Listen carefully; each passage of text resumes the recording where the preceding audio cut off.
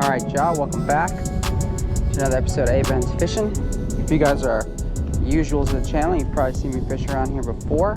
It's my first spot typically when I leave this launch that I'm at. I bounce around a lot though. We're starting off the day with a mullet. I like to just cruise by, give it a 5-minute dangle, see if anything's here. If it's here, it'll typically happen quick. If it's not, I skedaddle out to the next spot.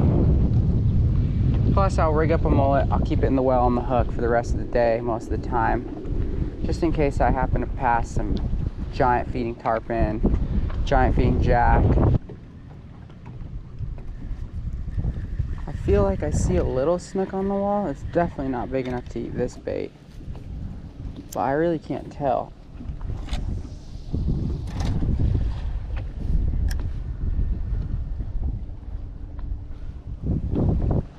It's crazy to me how much spots can change. There's a certain time of year, under certain conditions, which is, you know, what you get from putting in the time, that I know I can come here, around this area, this general area, not specifically this spot, and I can get a big snook. I know, for almost 100%, it's like 98.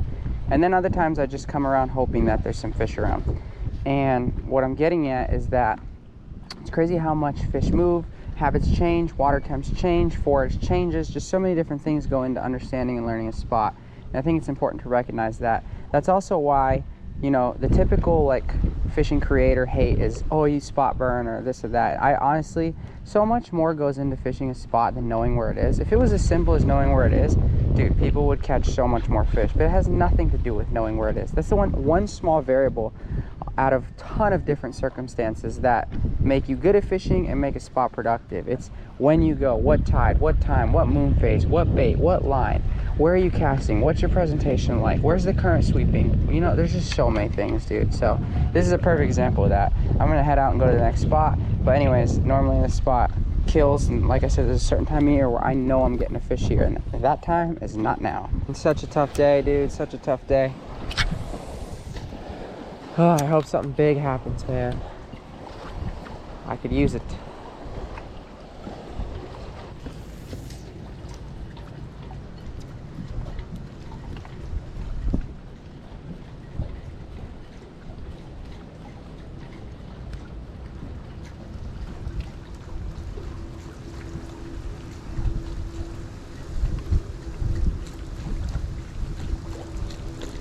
Three trebles and I didn't get one.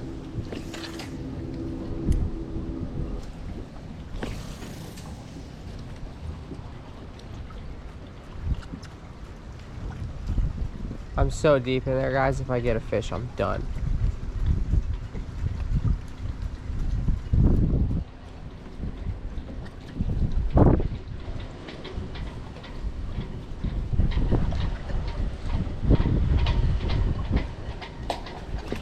Got it. Got it. I was chasing this little guy. I was chasing this little guy, dude. I knew there was a fish in there. Well, boys and girls, there it is. I believe that's a fat snook. I really do think that's a fat snook, but I don't know. It freaking yelped at. Look at that thing.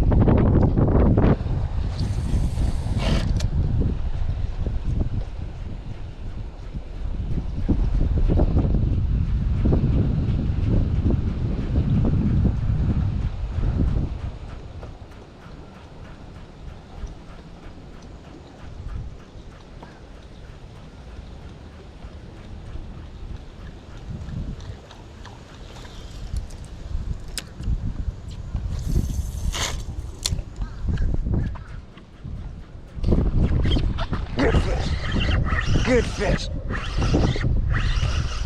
Still on.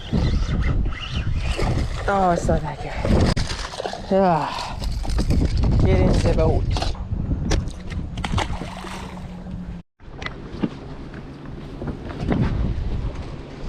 Alright, y'all, we are at our next spot.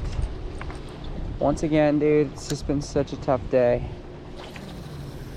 I'm definitely out of my comfort zone because even though I fish this area a lot, I don't fish it as much this time of year. This time of year I kind of follow the fish out, but I know there's still quality fish to be had here. I just think the numbers are so limited. You just have to find where they are. Granted, I'm fishing for, you know, big fish here. I don't have small mullet.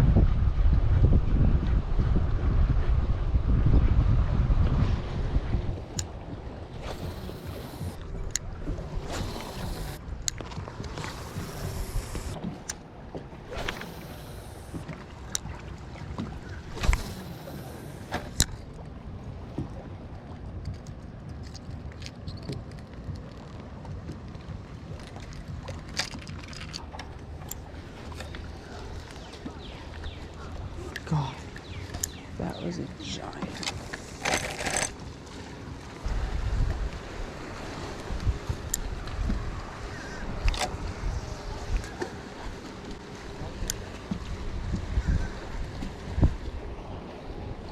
That was a huge snook, bro.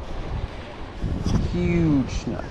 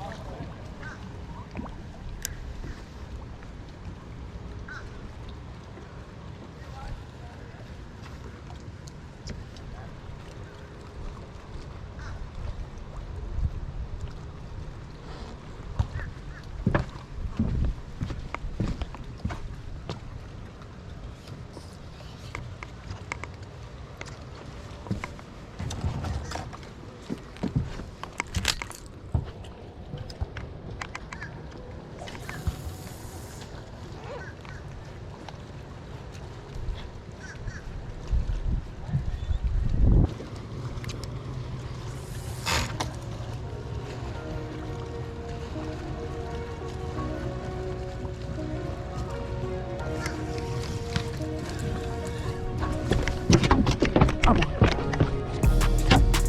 Giant. Giant. Giant. And I got a tree. Oh my God, I got a tree. I got a tree and I'm on. Oh my God. Oh my God.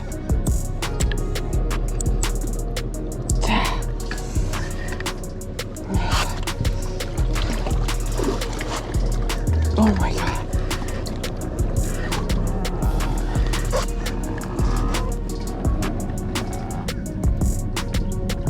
No. He came off. No, it didn't. Oh my God. Oh my God. Oh my God. Oh my God. Oh. Whew. That's a huge one. That is a snook. A very big snook. Like giant. Dude, this fish is 43 inches. This fish is 43 inches. Oh my God. There it is, boys and girls. 43 inches, dude. 43 inches. Look at that fish. Look at that fish. Oh my God. Oh, it's heavy. There it is.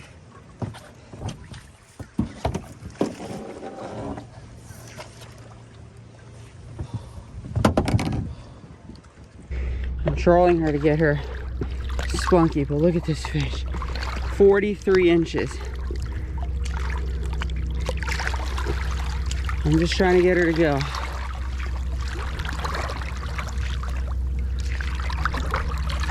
$43.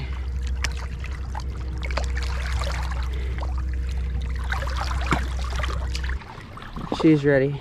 Whenever they're ready like this, I like to take them by the tail.